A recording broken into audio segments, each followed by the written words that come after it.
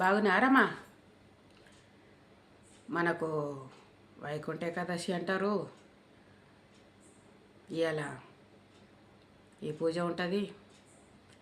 దాని మనం సంక్రాంతి నెల పెట్టిందని అంటారు. ఇక 14 తారీఖు నుంచి మొదలు పెడితే 14 తారీఖు దాకా మళ్ళా రకరకాలుగా ఉంటాయి. ఈ చలితోటి మనకి ఇవన్నీ పండ్లు. ఇవాళ కూడా కొందరు ఒక పొద్దు ఉంటారట కదా.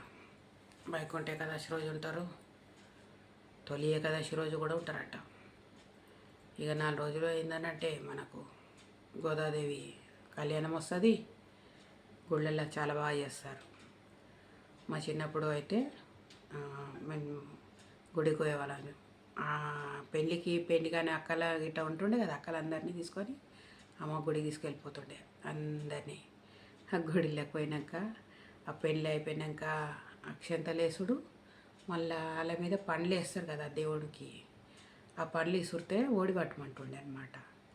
అందులో ఏ పండు పడితే దాన్ని బట్టి సంవత్సరం వాళ్ళకి ఎట్లుంటుంది అనేది చెప్తుండే. ఇంకోటి, ఇక సంక్రాంతి వచ్చిందనంటే అక్క జనల గాజులని, ఈ వంద మరదల గాజులని, తల్లిబిడ్డలని ఓ రకరకాలు వస్తుండే. ఈసారి జర లేవు. పోయినసారి ఏంది అంటే చెల్లె 50 రూపాయలు పంపియాక అని ఫోన్ చేసింది. దేనికి? ఇద్దరు కొడుకులు ఉన్నోళ్ళు, ఒక కొడుకు ఉన్న వాళ్ళకు గాజులు వేపియాలంట. ఇది కథ.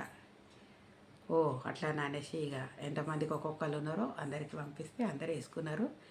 వేసుకొని మళ్ళా గాజులు ఫోటోలు వేసి పంపించారు మాకు వాట్సాప్లలో. కానీ ఈసారి అంత లేదు. అంటే ఇక ఈ పండుగ అయినాక స్టార్ట్ చేస్తారేమో మరి, లేదంటే ముందే అవుతుండే. ఓ ఇడికించి ఆడదాక గాజులు పెట్టుకోమంటుండే, పసుపు కొమ్మ కొట్టమంటుండే, ఏదేదో చెప్తుండే. దేవుడి దయ వల్ల ఈసారన్నా ప్రశాంతంగా జరగాలి, అందరం మంచిగా ఉండాలి, మీరు కూడా పిల్ల పాపలతో మంచిగా ఉండాలని ఈ తొలి వైకుంఠ ఏకాదశి రోజు విష్ణుమూర్తిని కోరుకుంటున్నాం. ఆయన మంచిగా 7 దారాలు తెరిచేసి అందరికీ ఆశీర్వాదం ఇస్తాడంట. ఇప్పటి నుంచి అందరినీ ఆయన కాళ్ళకు మొక్కేసి మంచిగా చూడమని చెప్తా. ఉండనా మరి? సరే.